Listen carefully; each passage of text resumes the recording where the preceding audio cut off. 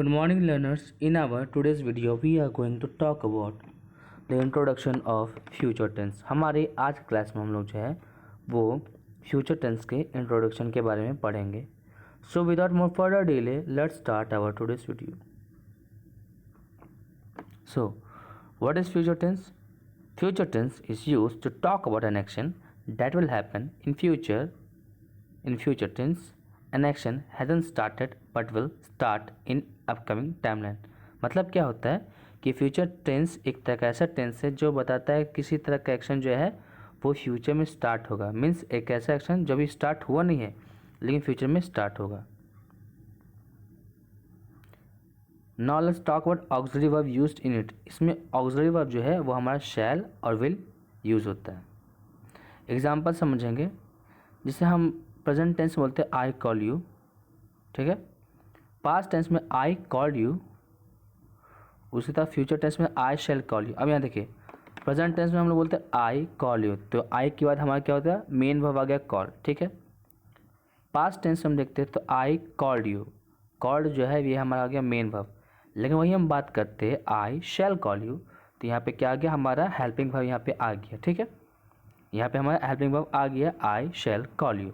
तो हम लोग ने क्या जाना कि फ्यूचर टेंस में जो हम लोग शैल या विल का इस्तेमाल करते हैं तो आई शैल कॉल यू यहाँ पे क्या हो गया हमारा बेसिकली कि यहाँ पे हमारा सब्जेक्ट, उसके बाद हमारा वर्ब, फिर मेन वर्ब और फिर उसके बाद हमारा क्या आ गया ऑब्जेक्ट. यहाँ देखिए you are serving the nation. तुम देश की सेवा कर रहे. You were serving the nation. तुम देश की सेवा कर रहे थे. और you will be serving the nation.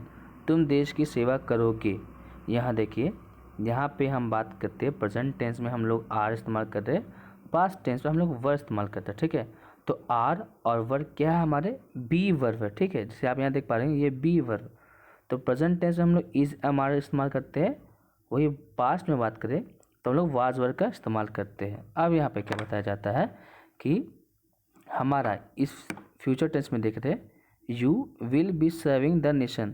तो यहाँ आर और वर्ब जो है हम लोगों ने जाना कि क्या होता है बी वर्ब होता है. तो यहाँ पे हम लोग देख रहे हैं कि आर और वर्ब जो है वो बेसिकली हमारा as an auxiliary verb use किया जा रहा है. लेकिन हम फ्यूचर टेंस में देखते हैं तो यहाँ पे ऑलरेडी ऑक्सिलरी वर्ब है. तो उसके बाद अब ये जो इज एम आर या वाज वर्ब जो है ये क्या बन जाएगा बी बन जाएगा. और उसके बाद सर्विंग, तो ये बी जो है वो पार्टिसिपल बन जाएगा वर्ब फोर का. पार्टिसिपल किसका बन जाएगा वर्ब फोर का. ठीक है. क्योंकि यहाँ पे ऑलरेडी हमारा जो है वो बी वर्ब जो है हम लोगों ने क्या जाना कि was verb is am are हमारा बी वर्ब होता है. और ये जो हमारा देखते हैं बी वर्ब जो है वो हमारा पहला चीज़ क्या हो गया कि वो हमारा जो है वो प्रेजेंट और पास्ट में इस्तेमाल किया जाता है. और फ्यूचर में अगर हम बी वर्ब इस्तेमाल करते हैं तो हाँ शैल और विल के साथ जो है हम जो है बी वर्ब को इस्तेमाल ना करके बी जो वर्ब जो है वो हमारा ये जो हमारा मेन वर्ब है उसके साथ एसोसिएट होता है. पहला चीज़.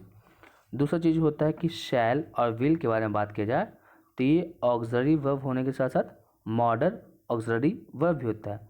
सवाल होता है मॉडर्न ऑक्सिलरी वर्ब क्या होता है जो ऑर्डर, रिक्वेस्ट, कमांड, ड्यूटी इन सब को शो करता है उसे हम मॉडल ऑक्सिलरी वर्ब कहते हैं. ठीक है. तो हमारे सेंटेंस में हम लोग ने मॉडल ऑक्सिलरी वर्ब यूज़ किया, लेकिन हमारा ऑक्सिलरी वर्ब को भी यूज़ करना था, इसलिए हम लोगों ने इज एम आर और वाज वर्ब की जगह हम लोगों ने बी लगाया. ये जो बी जो हो गया वो हमारा मेन वर्ब के साथ एसोसिएट हो करके उसका पार्टिसिपल बन जाता है. क्लियर. उसी तरीके से हम बात करते हैं तो दे हैव टोल्ड यू. उन्होंने तुम्हें बताया है. They had told you. उन्होंने तुम्हें बताया था. तो इसी के लिए हम लोग क्या लेंगे दे शैल हैव टोल्ड यू. वे लोग तुम्हें बता देंगे. वे लोग तुम्हें बता देंगे. तो यहाँ देखिए हमारा they had told you, they have told you. पहला हमारा सेंटेंस है they have told you. They have told you मतलब यहाँ पे उन्होंने तुम्हें बताया है. दे हैव टोल्ड यू उन्होंने तुम्हें बताया था. दे शैल हैव टोल्ड यू. तो फिर हम यहाँ देख रहे हैं कि यहाँ हमारा प्रेजेंट टेंस में हमारा हैव और पास्ट में हमारा हैड आ गया जो कि हमारा ऑक्सिलरी वर्ब है और हमारा फ्यूचर टेंस में हम लोग जो है वो इस्तेमाल करेंगे या तो शैल या तो will according to the subject. Subject के अकॉर्डिंग हम लोग या तो शैल या तो विल का इस्तेमाल करेंगे। तो हम लोग मॉडल ऑक्सिलरी वर्ब के बाद हम लोग क्या इस्तेमाल कर देते हैं, जो हमारा वर्ब जो हमारा पास्ट टेंस में या प्रेजेंट टेंस के परफेक्ट फॉर्म में इस्तेमाल किया जाता है। ठीक है, हमने क्या जाना, हमारे पास्ट और प्रेजेंट में हमारा जो है वो ऑक्सिलरी वर्ब क्या इस्तेमाल किया जाता है, हैव या हैज़ या हैड। तो हम लोग जो है वो बेसिकली बेस फॉर्म को लेंगे यहाँ पे। तो हम लोग क्या लेंगे, दे शैल हैव टोल्ड यू। यहाँ दे जो है वो हमारा सब्जेक्ट है, शैल जो है वो हमारा मॉडल ऑक्सिलरी वर्ब है, और उसके बाद जो है हैव जो है वो एक तरह पार्टिसिपल हो गया, जो कि हमारा मेन वर्ब वी के साथ जो हो गया टोल्ड उसके साथ एसोसिएट होता है। उसी तरीके से हमारा नेक्स्ट होगा जैसे फ्यूचर में बात करेंगे। फ्यूचर देखिए हम लोग पहला जो स्टेटमेंट है जो है वो सिंपल बेसिकली बता रहा है simple tense means simple present tense, simple past tense, simple future tense. Next हमारा क्या बताता है, प्रोग्रेसिव टेंस, जो कि हमने प्रेजेंट प्रोग्रेसिव, पास्ट प्रोग्रेसिव और फ्यूचर प्रोग्रेसिव होता है। ठीक, उसी तरीके से हमारा नेक्स्ट होता है परफेक्ट टेंस। ठीक है, परफेक्ट टेंस हम लोगों ने पढ़ा, पहले हम लोगों ने पढ़ा प्रेजेंट परफेक्ट, फिर पास्ट और फिर उसके बाद हम लोग फ्यूचर पढ़ रहे हैं। तो इन सब लोगों में हम लोग क्या देख रहे हैं कि प्रेजेंट और पास्ट के बारे में बात किया जा रहा है। तो यहाँ पे हमारा ऑक्सिलरी वर्ब का इस्तेमाल किया जा रहा था। प्रेजेंट, पास्ट और फ्यूचर का जो है ऑक्सिलरी वर्ब मीन्स हमने प्रेजेंट और पास्ट के बारे में पढ़ा था कि कौन कौन से ऑक्सिलरी वर्ब का इस्तेमाल करते हैं। और फ्यूचर में लोग क्या देख रहे हैं, हम लोग मॉडल ऑक्सिलरी वर्ब का इस्तेमाल कर रहे हैं, पहला चीज़। उसके बाद जो हमने प्रेजेंट या फिर पास्ट में जो हम ऑक्सिलरी वर्ब का इस्तेमाल किए थे वो एक तरह पार्टिसिपल बन जाता है। पार्टिसिपल सिंपल बोल सकते हैं कि वो हमारा मेन वर्ब के साथ एसोसिएट हो जाता है। ठीक है, उसी तरह फ्यूचर टेंस में अगर हम प्रेजेंट टेंस में अगर हम बात करते हैं means present perfect continuous tense के बारे में बात करते हैं, तो हम लोग लिखेंगे she had been working in our office. वह हमारे ऑफिस में काम कर रही है, काम करती आ रही है। She had been working in our office, वह हमारे ऑफिस में काम करती आ रही थी। उसी तरह हमारा क्या हो जाएगा, she will have been working in our office. यहाँ हम लोग फिर क्या देख रहे हैं कि यहाँ पे हमारा जो है वो प्रेजेंट और पास्ट में जो हम लोग हैड बीन और हैव बीन लगा रहे थे, तो उस हैव बीन के पहले हम लोग या तो शैल या फिर विल हैव बीन लगा देंगे। क्लियर, जिसमें क्या हो रहा, हमारा प्रेजेंट टेंस में और पास्ट टेंस में हैज़ हैव था प्रेजेंट में, और हैड जो था वो हमारा पास्ट में था। तो ये सब जो है वो बेसिकली हैव होता है।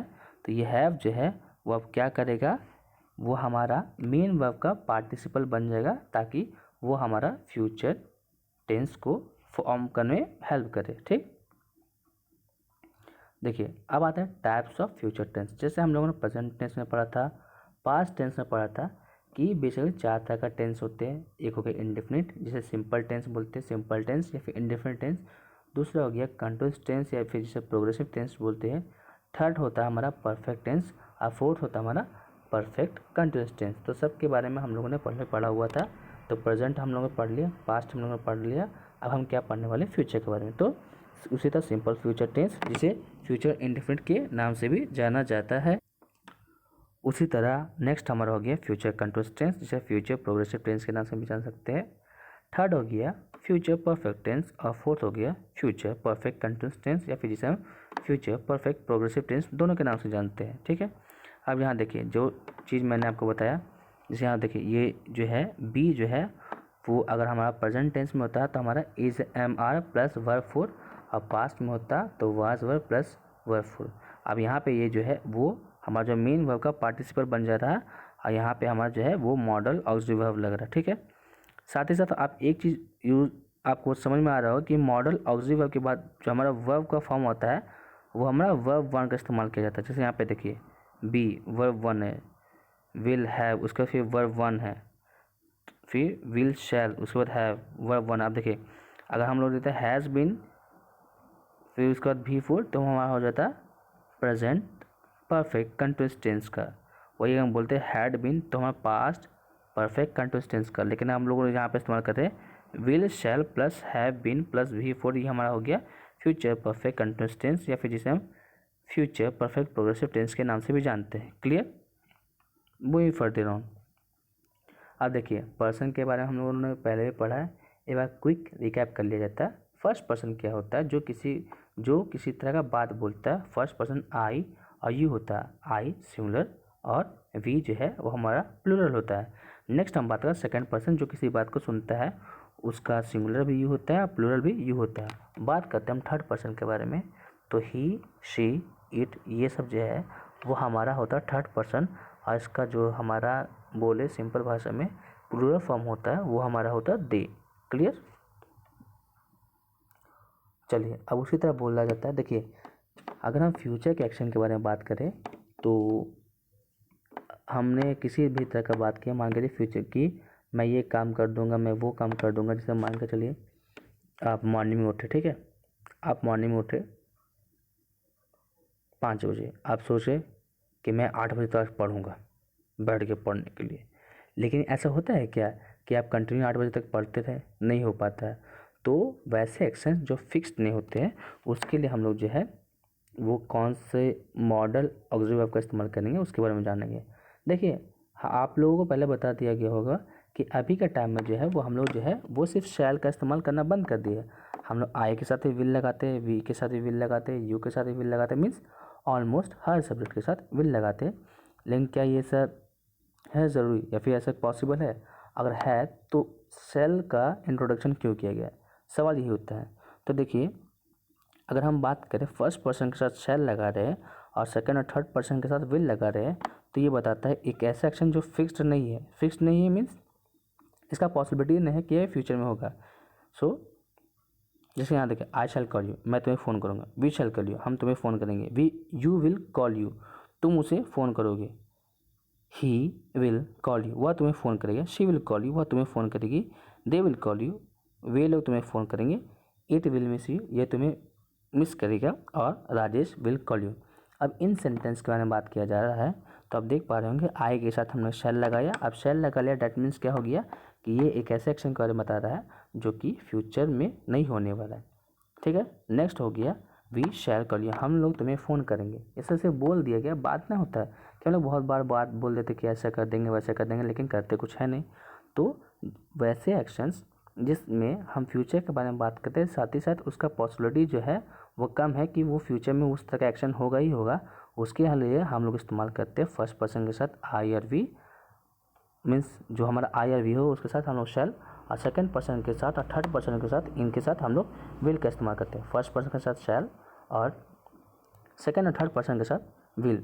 तो क्या सवाल हो गया कि अगर हम किसी एक्शन के बारे में बताना चाह रहे हैं जो हमारा फ्यूचर में होगा और हम उसको करेंगे, तो उसके लिए क्या क्या टर्म्स या कंडीशन है, तो उसके बारे में भी थोड़ा जान लेते हैं।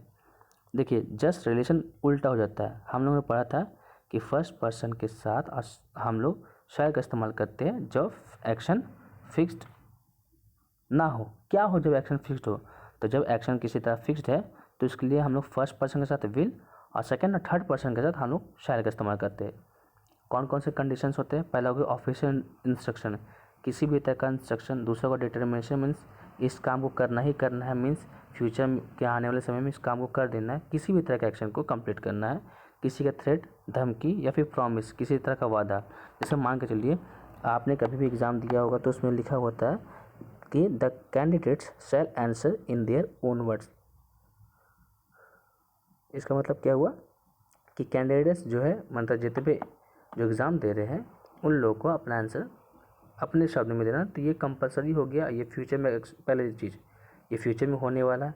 दूसरा चीज़ क्या हो गया कि ये कंपलसरी हो गया, तो किसी भी तरह एक्शन जो कंपलसरी हो गया डैट मीन्स फिक्स हो गया। और फिक्स्ड हो गया तो ऑफिशियल इंस्ट्रक्शन जो है वो हमें एक तरह का फिक्स्ड एक्शन है जो हमको फ्यूचर में करना ही पड़ेगा। तो हम लोग क्या देख रहे हैं, आप लोग शैल का इस्तेमाल कर रहे हैं। क्या होता है अगर विल का इस्तेमाल करते हैं, विल का इस्तेमाल करते हैं तो ऐसा ज़रूरी नहीं होता कि हम लोग को आंसर जो है वो अपने ही स्टेटमेंट में देना है, अपनी ही बात में देना है। लेकिन यहाँ पे शैल का इस्तेमाल हो गया, डैट मीन्स अब हमको जो आंसर जो है, हमें किसी भी तरह का आंसर देना है तो वो हमें अपने शब्दों में देना होगा, ना ही किसी और के शब्द में। Next, he shall approve the cause of his downfall, वह अपने बर्बादी का सिंपल भाषा बोल सकते हैं, या फिर अपनी कमी का जो जड़ है, जो बर्बादी का जड़ है, जो उसकी असफलता का जड़ है, उसको उखाड़ फेंकेगा। अब यहाँ पे देखिए ही के साथ शैल लग गया, डैट मीन्स अब ये जो है ये फ्यूचर वाला टाइम में इस काम को करेगा ही करेगा किसी भी तरीके से, मीन्स फिक्स्ड है कि फ्यूचर में करेगा। क्या होता है अगर विल लगता है तो मीन्स ऐसा जरूरी नहीं कि फ्यूचर में वो एक्शन करेगा ही करेगा। नेक्स्ट है he will be punished for his debts, उसे उसकी गलतियों की, उसके पापों की सज़ा ज़रूर मिलेगी। यहाँ देखिए अब ये बोल दिया जा रहा है कि ये एक्शन जो है वो फ्यूचर में होगा ही होगा, कंप्लीट तरीके से होगा, क्योंकि हम लोग देख पा रहे हैं कि यहाँ पे ही के साथ शैल लगा है। ठीक है, क्या होता है ही के साथ विल लगता तो सेम चीज़ होता कि उसे उसकी गलतियों की सज़ा नहीं मिलती। नेक्स्ट है आई विल सरपास यू, मैं आपसे आगे बढ़ जाऊँगा। ठीक है, अब यहाँ देखिए आई विल लग गया, यहाँ पे आई के साथ विल लग गया, तो विल लग गया डैट मीन्स ये एक ऐसा एक्शन बताया जो फ्यूचर में होगा ही होगा, फिक्स्ड है। ठीक, तो क्या होता है अगर हम लिखते हैं आई शैल सरपास यू, तो ये क्या हो गया, ये से बोल दे कि हाँ हम तो आपसे आगे निकल जाएंगे लेकिन मेहनत नहीं कर रहे हैं। ठीक है, तो आई थिंक विल और शैल का जो कंसेप्ट है आपका अब तक क्लियर हो गया होगा। तो हम लोग यहाँ क्या देख रहे हैं कि अगर हमारा फर्स्ट पर्सन जो कि आई और वी है शैल ले रहा है, तो उसमें क्या हो रहा है कि वो एक्शन जो है वो कंप्लीट फ्यूचर में नहीं होगा, लेकिन वही बात करते हैं आई और वी हमारा विल लेता है तो फ्यूचर में एक्शन कंप्लीट होगा। नेक्स्ट है विल का इस्तेमाल अगर यू के साथ कर रहे हैं तो ये जो है फ्यूचर एक्शन के बारे में बताएगा, लेकिन इसके होने की संभावना कम है। वही हम बोलते हैं अगर यू के साथ हम लोग शैल का इस्तेमाल करें तो फ्यूचर में वो एक्शन होगा ही होगा। सेम चीज़ हमारे ही शी इट एनी नेम के साथ आ जाता है, अगर उन्हें हम विल के साथ इस्तेमाल करें तो ये एक्शन जो है वो आने वाले फ्यूचर में नहीं होगा। वही हम बात करते हैं अगर he she it they any name का इस्तेमाल करते हैं हम शैल के साथ, तो वो आने वाले फ्यूचर में एक्शन वो होगा ही होगा। क्लियर। सो हमारी आज की क्लास में हम लोगों ने क्या सीखा, हम लोगों ने सीखा introduction of future tense, future tense का introduction, uses of shall will का यूज़ कहाँ किया जाए, कि अगर किसी भी तरह का अनफिक्स्ड एक्शन है उसके लिए हम लोग फर्स्ट पर्सन के साथ शैल का इस्तेमाल करते हैं, सेकंड और थर्ड पर्सन के साथ विल का इस्तेमाल करते हैं। वही अगर हम बात करें कि फिक्स्ड एक्शन का जो कि फ्यूचर में होगा ही होगा, तो उसके लिए हम लोग फर्स्ट पर्सन के साथ विल और सेकंड और थर्ड पर्सन के साथ शैल का इस्तेमाल करते हैं। So I think our today's video was quite beneficial to you. If you like the video, share it to friends and comment down your query related to our series. We will surely reply to your comments. Thank you. Until then, stay learning.